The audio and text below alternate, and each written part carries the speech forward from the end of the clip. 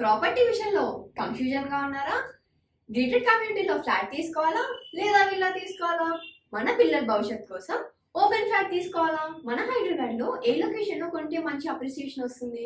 మరి నమ్మకమైన ప్రాపర్టీ కొనాలంటే నమ్మకమైన గైడ్ కావాలి కదా.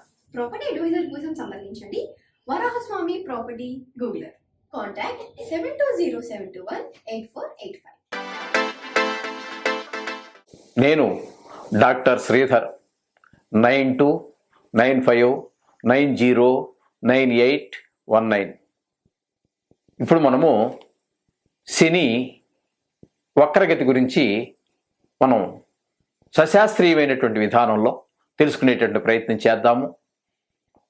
శని కుంభరాశి నుండి మకర రాశికి అంటే వెనక రాశిలోనికి ద్వారా వ్యవహారం నడిపిస్తున్నారు. కానీ మీకు దాని గురించి మళ్ళీ వెనక మకర రాశిలోకి వచ్చారని మీరు భ్రమపడాల్సిన పని లేదండి. ఆయన కుంభంలోనే ఉంటారు. అంటే వ్యవహార దృష్టి మాత్రం వెనకాల ఉన్నటువంటి మకర రాశిలోనికి వస్తోంది. అక్కడి నుంచి ఆయన వ్యవహారాలన్నీ నడిపిస్తూ ఉన్నారు.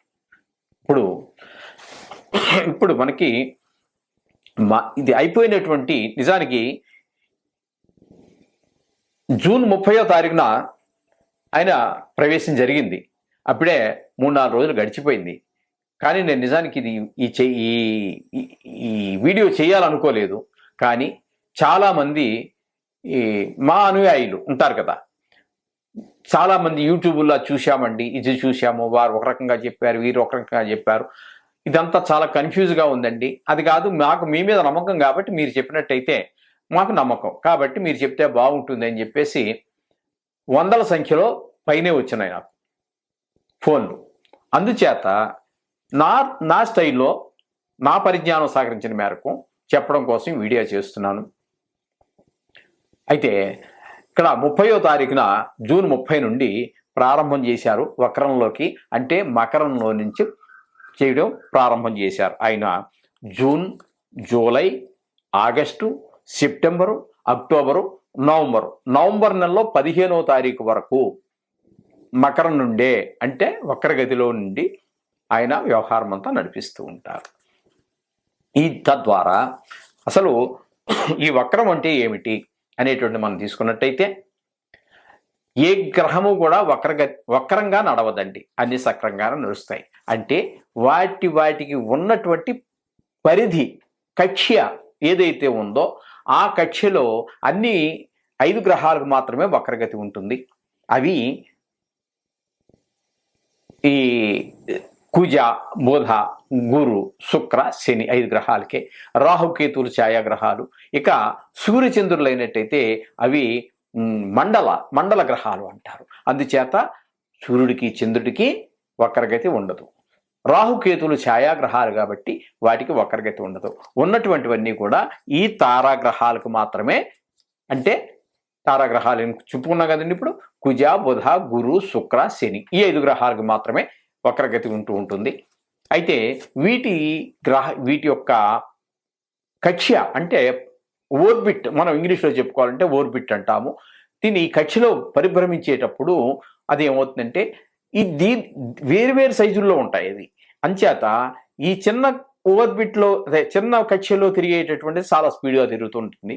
పెద్దది చాలా ఎక్కువ కక్ష్యలో తిరిగేటటువంటిది ఇది చిన్నది కాబట్టి ఇక్కడికి వెళ్ళిపోయింది, ఇది మిల్లిగా ఇక్కడికి వచ్చినప్పుడు ఇది వెనకబడినట్టు ఉంటుంది. ఆ విధంగా మనకు కనిపిస్తూ ఉంటుంది. మీకు ఇంకా ఉదాహరణకు చెప్పాలి అంటే మనం చిన్నప్పుడు ట్రైనో బస్సో ఎక్కడ ఎక్కి ఏదో ఊరు వెళ్ళడానికి ప్రయత్నం చేస్తుంటాము. ఆ సందర్భంలో మనం కిటికీ పక్కన కూర్చునేవాళ్ళం. కిటికీ పక్కన కూర్చుని కిటికీలోంచి బయటికి చూసేవాళ్ళం. ఆ బయటికి చూసినప్పుడు మన చిన్నపిల్లవాళ్ళం కదా, మనకి అంత దృష్టి ఉండదు. వాటిని అలా చూస్తూ ఉంటే ఆ పొలాలు, ఆ చెట్లు, ఆ టెలిఫోన్ తీగలు, ఆ కరెంటు స్తంభాలు, ఆ కొండలు, గుట్టలు ఇవన్నీ కూడా వెనక్కి వెళ్ళిపోతున్నట్టుగా మనకి గోచరిస్తుంది. కానీ అవి ఎక్కడికి కథలు అక్కడే ఉంటాయి. మనం జరిగేది ఏంటంటే మనం ముందుకు జరుగుతున్నాం ట్రైన్లోనో బస్సులోనో, అవి వెనక్కి వెళ్ళినట్టుగా మనకి భ్రాంతి అంతే. ఇది కూడా ఈ వక్రగతి అనేది కూడా అంతే. ఏ గ్రహమో వెనక్కి తిరగటం ముందుకు తిరగటం అని ఉండదు. ఇకపోతే కొన్ని గ్రహాలకి అతిచారం అని కుజుడు లాంటి కుజ గ్రహానికి సంబంధించి కొన్ని సందర్భాల్లో స్తంభన అని ఉంటూ ఉంటాయి. దాని గురించి ఇప్పుడు అక్కర్లేదు. మనం వక్రగతి గురించి చెప్పుకుంటున్నాము కాబట్టి ఇప్పుడు శనీశ్వరుని యొక్క వక్రగతి గురించి మనం చెప్పుకుంటున్నాం. ఆయన కుంభం నుంచి మకరంలోనికి వక్రగతి ద్వారా ఇప్పుడు మనం చెప్పుకున్నటువంటి సుమారుగా 140 రోజులు జరుగుతోంది. ఈ 40 రోజులు, ఈ 140 రోజుల్లో ఏ ఏ రాశుల వాళ్ళకి ఏ ఏ ఫలితాలు ఇస్తాడు అనేటటువంటిది మనం తెలుసుకునేటువంటి ప్రయత్నం చేద్దాం. ఇంకా కర్కాటక రాశి వారి యొక్క శని యొక్క సప్తమ స్థానంలో శని సంచార ఫలితాలు ఏ విధంగా ఉంటాయి అనేటటువంటి విషయాన్ని ఇప్పుడు మనము శాస్త్రీయమైన పద్ధతిలో మనం తెలుసుకునేటటువంటి ప్రయత్నం చేద్దాం. సప్తమ స్థానంలో శని శుభ ఫలితములు ఇయ్యేజాలడు. ఇక్కడ ఆ శుభ ఫలితాలు ఇవ్వడు కాబట్టి ఇచ్చేటటువంటి ఫలితాలు ఏంటి, అవి ఏ విధంగా ఉంటాయి అనేటువంటి విషయాన్ని సశాస్త్రీయంగా మనం చెప్పుకుందాం. వ్యాధి పీడాం ప్రవాసంచ అంతః క్లేశం మహద్భయం అర్ధనాశం మనస్తాపం సప్తమస్థానగ శని. 7వ స్థానంలో అంటే ఇప్పుడు మనకి కర్కాటకం నుంచి మకరం 7వ స్థానం అవుతుంది. 7వ స్థానంలో సంచారం చేస్తున్నాడు మకరంలో. 7వ స్థానంలో సంచారం వల్ల కలిగే ఫలితం ఇప్పుడు మనం ఈ శ్లోకంలో ద్వారా చెప్పారు. మనం ఇప్పుడు తాత్పర్యం తెలుసుకుందాం. సాంస్క్రిట్ అర్థమైన వాళ్ళకి అర్థమవుతుంది, కాని వారే చాలామంది ఉన్నారు.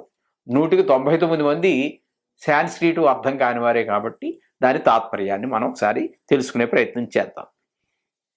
వ్యాధి కొంచెం అనారోగ్యం చేసే పరిస్థితి ఉంది. దూర ప్రదేశాలకు వెళ్ళేటువంటి అవకాశం ఉంది. అలాగే మనోవిచారం, మహాభయం, ధనం నష్టము, కుటుంబ చిక్కులు మొదలైనటువంటి చెడు ఫలితాలన్నీ కూడా జరిగేటటువంటి అవకాశం ఈ సప్తమ స్థానంలో శని సంచారం వల్ల వచ్చేటువంటి అవకాశం. అందుచేత మనం ప్రతిసారి చెప్పుకుంటున్నట్టుగానే ఈ నవగ్రహాలని ప్రార్థించండి. ఒక్క రోజుకి 5 నిమిషాలు మీ నోటికి కనుక వస్తే 5 నిమిషాలు కూడా టైం పట్టదని 9 శ్లోకాలు చదువుకోవటానికి ఆ విధానం ప్రయత్నం చేయండి. వారంలో ఒక్కరోజైనా 139 రోజులు ఈ మకరంలో సంచారం చేసేటప్పుడు మాత్రమే వరకే ఇప్పుడు మనం చెప్పుకుంటున్నటువంటి ప్రయత్నాలు, ఈ చెప్పుకుంటున్నటువంటి విషయము. అందుచేత ఇప్పుడు మీరు ఈ యొక్క నవగ్రహాలు ప్రార్థన చేసుకోండి. నవగ్రహాలని ఎప్పుడు వదలమాకండి. అవే మనకి మన ఈ యొక్క తలరాతని అమలు చేసేటటువంటి కాబట్టి ఆ విధంగా చేయండి. ఈ లోపల కనుక శని త్రయోదశి లాంటిది వస్తే చక్కగా మీరు తైలాభిషేకం చేయించుకోండి. లేదు నువ్వులు, బట్ట ఇవి ఏ శనివారం అన్నా ఇవ్వచ్చు. మీరు నువ్వులు, కాస్త నల్ల బట్ట, ఒక చిన్న ముక్క కలిసి ఏదో బ్రాహ్మడికి దానం ఇవ్వండి.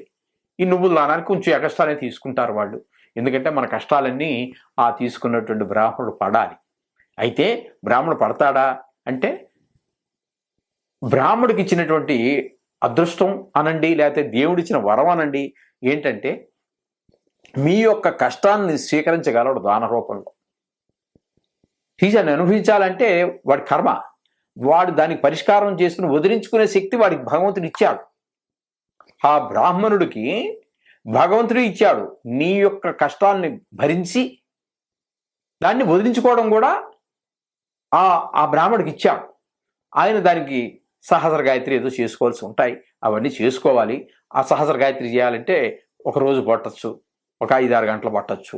ఆయన అక్కడే కూర్చుంటాడు. ఇంకా ఆ రోజు ఏ పని చేయడం కుదరదు కాబట్టి నీ దగ్గర నువ్విచ్చిన డబ్బులే ఆ రోజు అతనికి ఆధారం అవుతుంది. అందుచేత బ్రాహ్మడికి ఇవ్వటం అనేటువంటిది ఒక దేవుడికి, ఒక అంటే దేవుని యొక్క ప్రతినిధికి ఇచ్చినట్టుగా మీరు భావించుకోండి. బ్రాహ్మడికి ఇవ్వటం చాలా ఉత్తమం. ఆ విధంగా వచ్చి విడిపించుకోండి. మీరు యొక్క ఆ కష్టాల నుంచి మీరు బయటపడండి. ఆయన తగిలించుకుని ఆయన చేయకపోతే ఆయన కర్మ, ఆయన అనుభవిస్తాడు. ఆ పరిష్కారం చేసుకుని ఈ శని బాధలు మీరు పడుతున్న దానం తీసుకుంటే సరిపడదండి.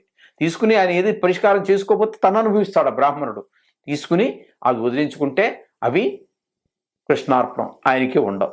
ఈ అవకాశం బ్రాహ్మణకు ఉంది కాబట్టి బ్రాహ్మణుడికి దానం ఇవ్వండి. శుభం భూయాత్. జాతకం రాయించుకోవచ్చు. పరిహారాలు కూడా మీరే చేయండి అంటే కూడా మా దగ్గర రోజు జరుగుతూనే ఉన్నాయి పరిహారాలు. చాలా మంచి మంచి నిష్ణాతులైనటువంటి పండితులు ఉన్నారు. వారందరి చేత చక్కగా మీకు హైదరాబాద్లో ఉంటే వచ్చి చేసుకోవచ్చు, లేదా దూర ప్రాంతాల్లో ఉన్నారు, లేదా వేరే రాష్ట్రాల్లో ఉన్నారు, లేదా వేరే దేశాల్లో ఉన్నారు, మేము లైవ్ అంతా చూపిస్తూనే ఉన్నాము. చక్కగా అన్ని మీరు చెప్పాల్సిన సంకల్పంలో మీరు చెప్పాల్సింది కూడా మీ చేత చెప్పిస్తాము. అప్రసాదం మీకు బై పోస్ట్ ద్వారా మేము పంపిస్తాము. ఈ విధమైనటువంటి సౌకర్యాలు కూడా మా దగ్గర ఉన్నాయి. వాటిని అవసరమైన వారు వినియోగించుకోవచ్చును.